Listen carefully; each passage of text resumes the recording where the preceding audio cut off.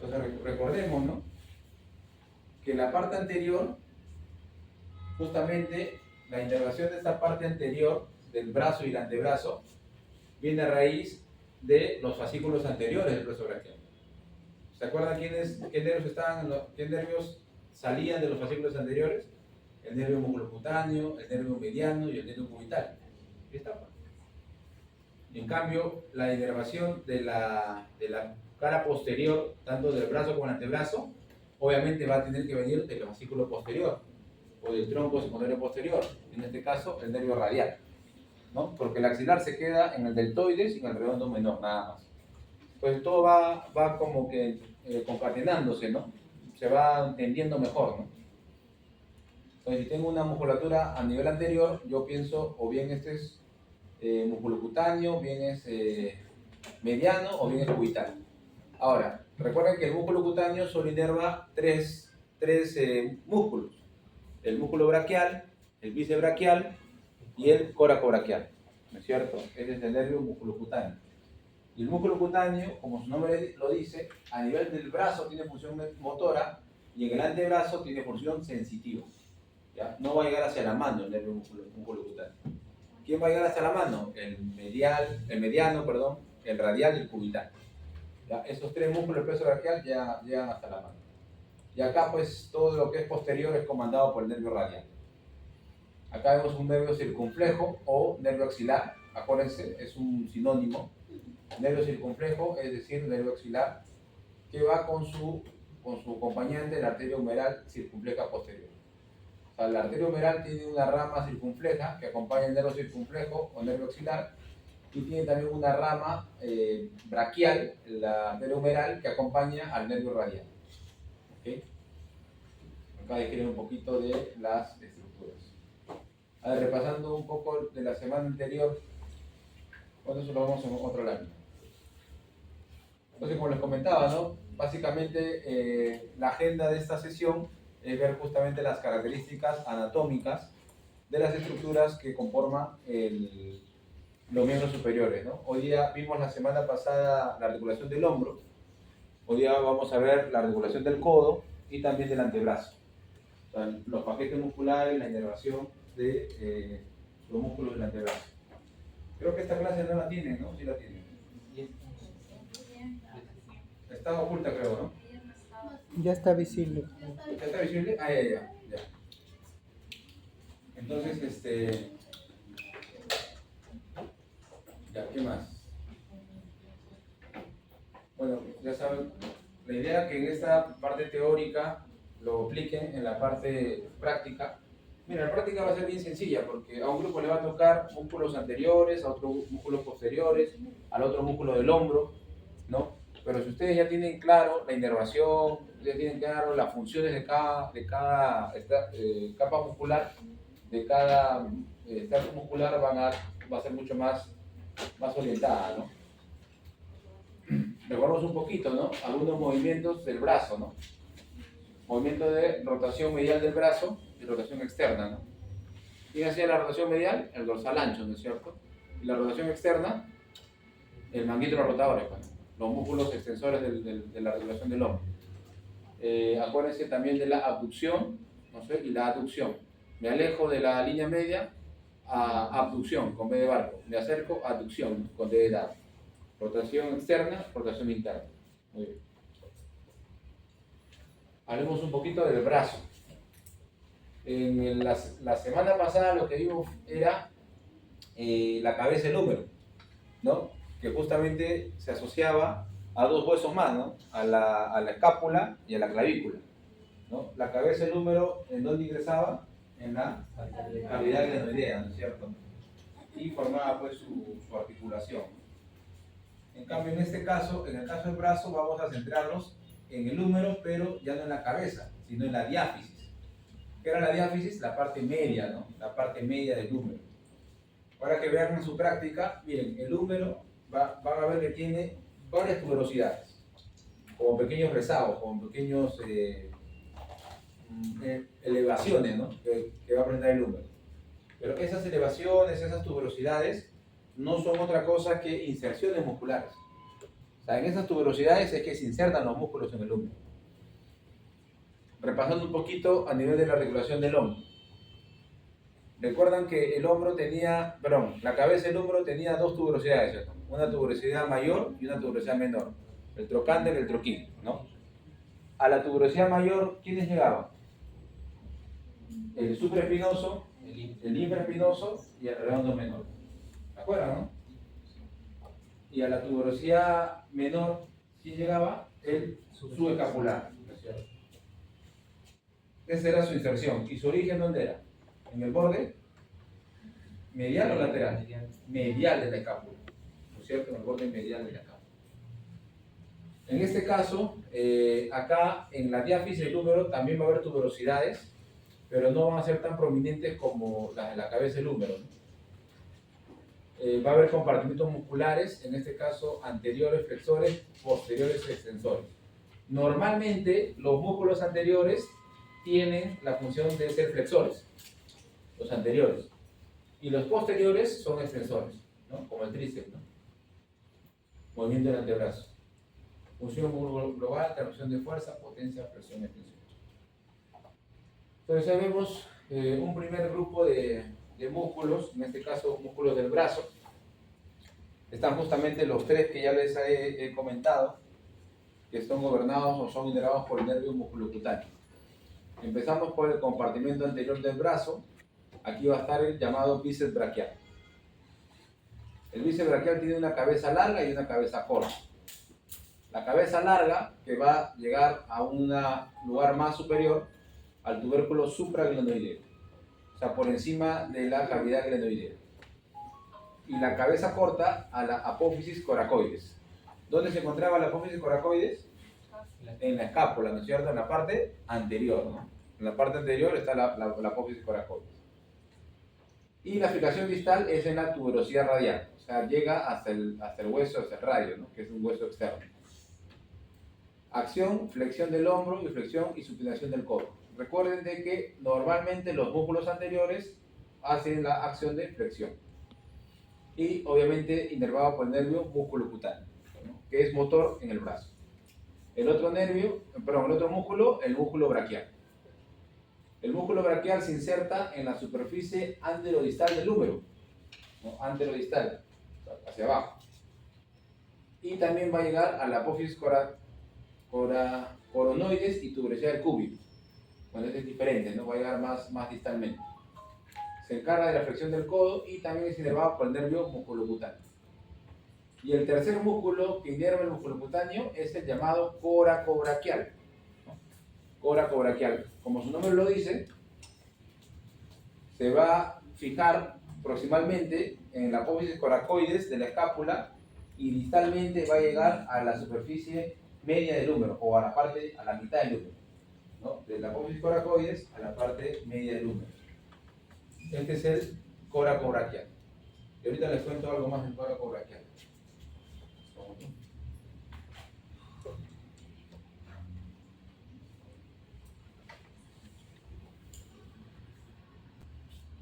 Tiene una particularidad. Cuando lo estudien o tengan, hay un software, ¿no?, de disección, van a ver algún detalle ahí. El coracobraquial es atravesado por un nervio. Ese nervio que lo atraviesa es el nervio musculocutáneo. Entonces, cuando se diseca y se busca y se encuentra este músculo, vamos a prácticamente indirectamente llegar al plexo braquial. Porque si yo descubro ese músculo y veo que el nervio lo está atravesando, lo único que tengo que hacer es seguir ese nervio. Porque yo ya sé que ese nervio es el músculo cutáneo, ¿no es cierto? Y el músculo cutáneo es una raíz terminal del plexo braquial. Entonces yo lo voy a seguir a ese nervio y voy a llegar definitivamente al plexo braquial. ¿A qué raíces voy a llegar? A C5 y C6, ¿no? Ramas anteriores. Voy a llegar. Ese es un reparo anatómico que hay que valorar. No sé si en la maqueta estará así, pero el coracobraquial es atravesado por el nervio musculocutáneo. Y bueno, el cuarto músculo del brazo, sencillo nomás, es el tríceps braquial, parte posterior. Tiene tres cabezas, una cabeza larga, una cabeza lateral y una cabeza mediana.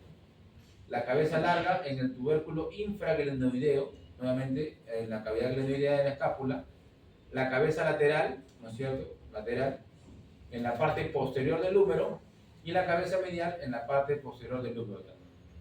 Y todas llegan a una llamada apófisis olecraniana del cúbito. Acá. La apófisis olecraniana del cúbito, ¿no? Cúbito radio.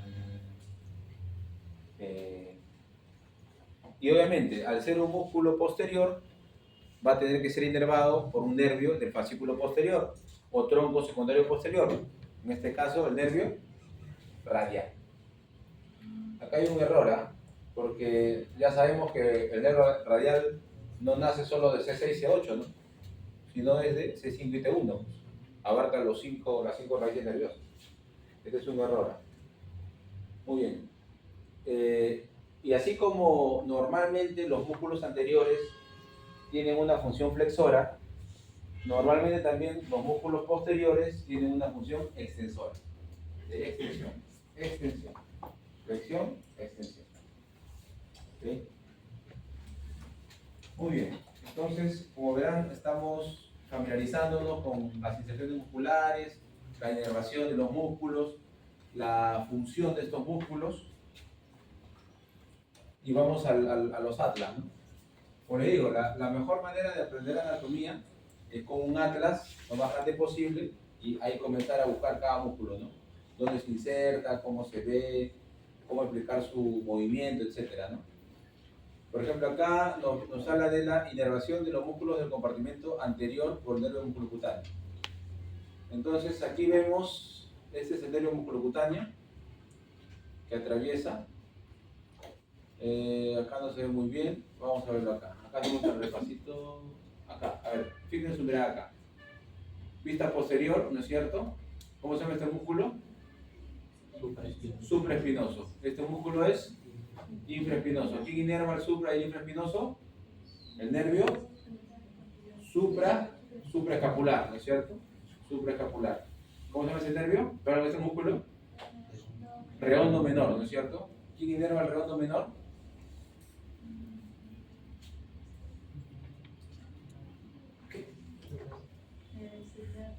¿Quién inerva el redondo menor? El nervio axilar, ¿no es cierto? El nervio axilar o el nervio circunflejo. ¿A quién más inervaba el nervio axilar? Al deltoides, ¿no es cierto? Al deltoides. ¿Y cómo se llama este músculo?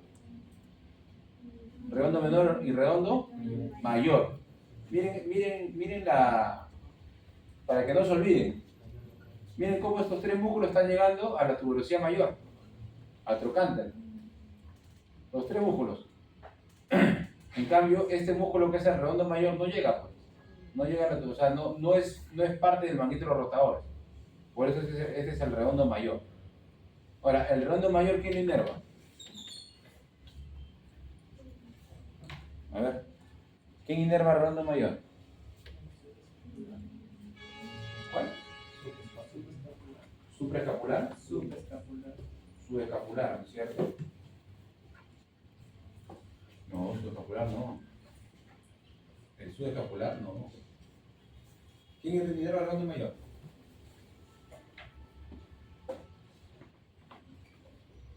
¿Quién inerva el redondo mayor? ¿Subescapular? Sí, sí. Ya. Vamos a arreglar eso ya. Y acá está, este es el, claro, vendría a ser la cabeza lateral del músculo tríceps, ¿no? De la parte posterior. Bueno, lo que han querido acá representarles es un triángulo anatómico, ¿no? Un triángulo anatómico y un cuadrado anatómico, por donde se va a deslizar el nervio radial, ¿no? Que va acompañado de su esposa, la arteria radial, ¿no? Bueno, la rama humeral de la arteria radial. Y acá va a llegar hacia la parte posterior del nervio radial. O sea, va a ingresar por esta especie de triángulo, formado por las cabezas del tríceps y el redondo menor. Acá vemos la irrigación, ¿no es cierto?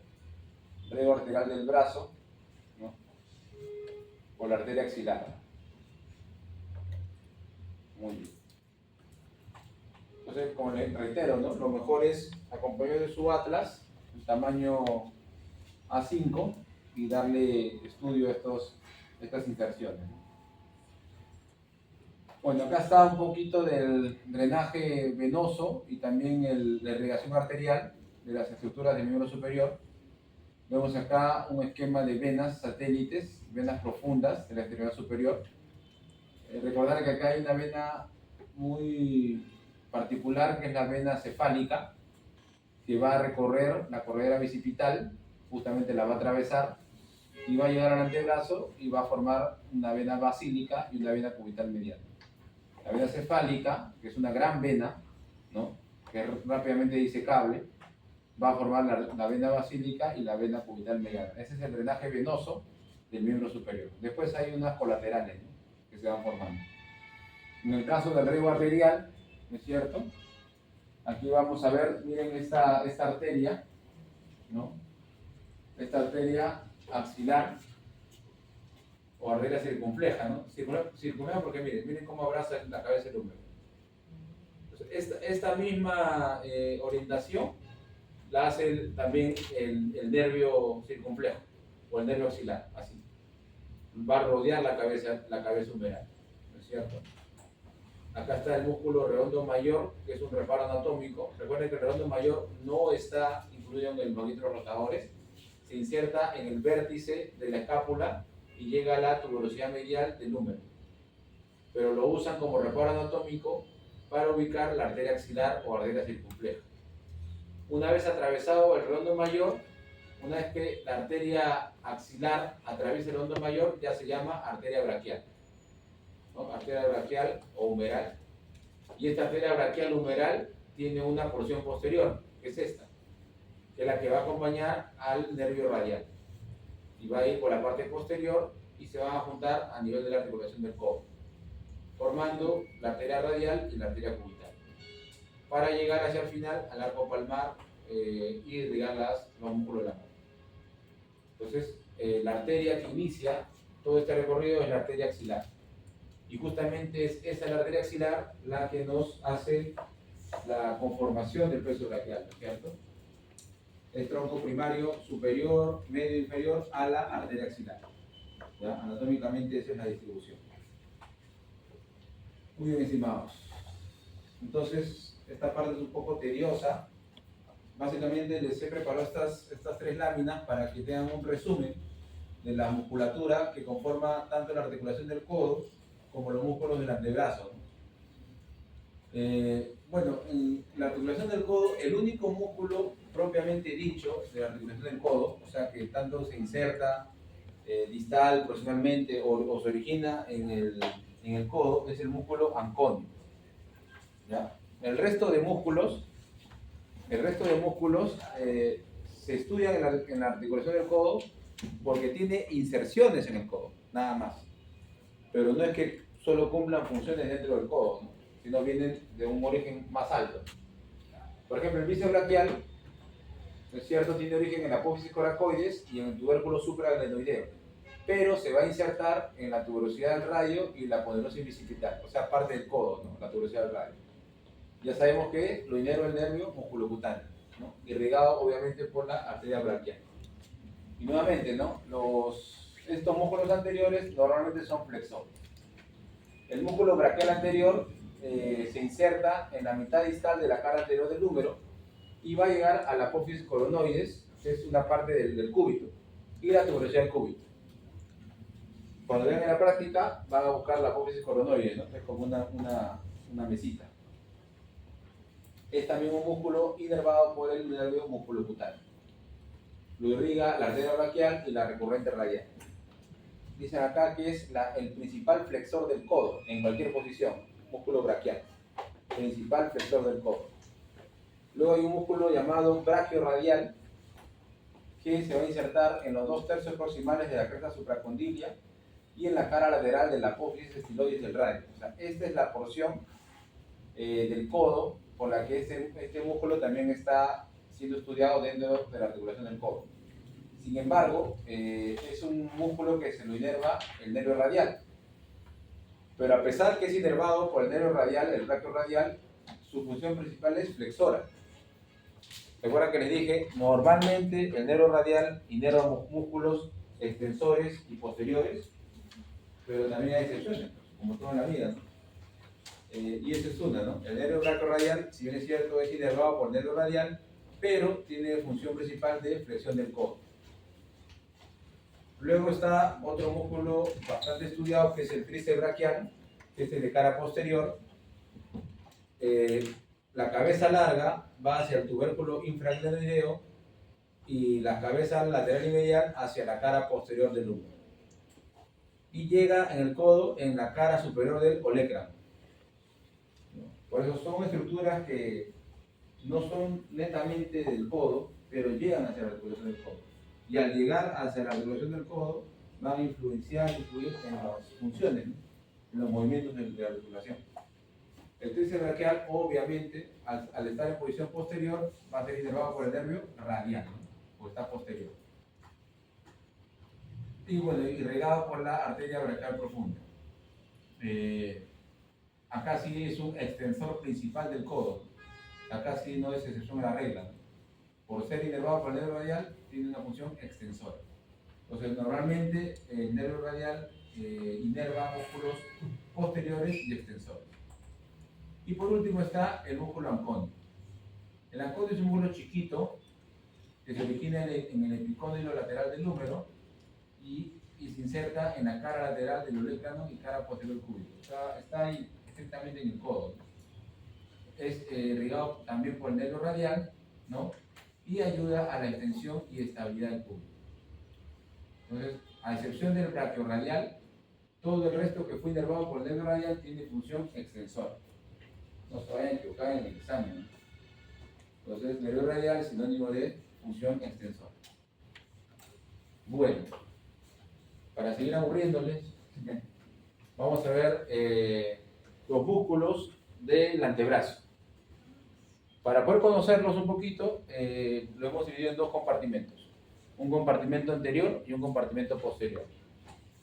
Ojo acá al dato, ¿ya? El compartimento anterior, la gran mayoría se va a originar en el epicóndilo medial, tendón flexor común, y están inervados por el nervio mediano. Pero acuérdense, tanto el nervio mediano como el nervio cubital tenían sus orígenes en los fascículos anteriores, ¿o no? O sea, tendrían que inervar músculos anteriores, porque esa es su disposición. ¿Y cuál es la diferencia? Cuando el nervio mediano, ya dije, no, ya encárgate tú cubital. Cuando el músculo se hace más medial. Mientras más medial sea el músculo, lo más probable es que el nervio cubital sea el que lo inerve. Por ejemplo, hay este músculo flexor profundo en los dedos, es inervado tanto por el nervio mediano como por el cubital. Porque es un músculo que viaja de manera anterior, pero también tiene una dirección que va hacia la región medial. Entonces comenzamos con el pronador redondo. Origen, epicóndilo medial y apófisis coronoides. Este es el codo, ¿no? Y se inserta en la cara lateral del radio. ¿Quién lo inerva? El nervio mediano. Irrigación arteria cubital. Arteria cubital. Recuérdense que el nervio mediano va a viajar anteriormente en el antebrazo, pero mejor dicho, posterior al brazo, anterior al antebrazo, y va a llegar a la mano por el canal del túnel carpiano. Segundo músculo, flexor radial del carpo. O sea, quiere decir que hace este movimiento, ¿no? Flexión del carpo, ¿no? Por eso que cuando hacen esto, no sienten algo en el codo, ¿no? Hagan esto, ¿no? El codo es el cual comienza a contraerse, ¿no? Claro, porque su inserción es epicóndilo medial del húmero. Y su otra inserción es la base del segundo metacarpiano. Segundo metacarpiano, o sea, va de acá hacia el segundo metacarpiano. También inervado por el nervio medial, irrigado por la arteria radial. Palmar largo, epicóndilo medial, ¿no? Estos epicóndilos se refieren a las tuberosidades del húmero. El húmero viene así, ¿no? Estos son los epicóndilos. Estos son. A eso le llaman epicóndilo lateral o epicóndilo medial. Palmar largo a la aponeursis palmar, o sea, a la mano. inervación del nervio mediano. Luego está el flexor cubital del carpo. Flexor cubital del carpo. Nuevamente, epicóndilo medial y olecrano, o sea, codo. Y este músculo va a llegar hacia estos huesos. Pisiforme, ganchoso y quinto metacarpiano. Son huesos de la mano, ¿no? Son músculos largos, pues. Pero ya, al ser el pisiforme, ¿dónde está el pisiforme? Muy lateral, ¿no? Muy medialmente, ¿no? Igual que el ganchoso, el quinto metacarpiano humano. Entonces, al estar más lateralizado, este flexor cubital del carpo ya no lo inerva el mediano, sino el cubital. ¿Ya? Mientras más medial sea el músculo, es más probable que el nervio cubital sea el que lo inerve. Mientras más medial sea el músculo. Si no, el resto se encarga del nervio mediano. Luego está el flexor superficial de los dedos. También epicóndilo medial, radiocúbito, llega hasta las falanges medias, el segundo al quinto dedo, nervio mediano. Pues son falanges, son segundo al quinto dedo. Está también el flexor profundo de los dedos. Esto se origina en el cúbito membrana interósea, que es una membrana que aparece entre el cúbito y el radio, y tiene una inserción en las falanges distales. Aquí actúan ambos nervios, nervio mediano y nervio cubital, irrigado por una arteria interósea anterior. Flexor largo del pulgar.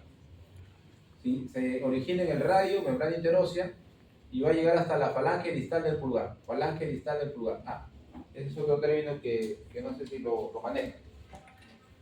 En anatomía, ¿qué es lo distal y qué es lo proximal? Mientras estoy más cerca al cráneo, es proximal. Mientras más me alejo del cráneo, es distal. ¿Okay? Todo lo que está más cerca del cráneo, proximal, más me alejo del cráneo, distal. ¿Ya? Para que sepa más o menos ubicarse.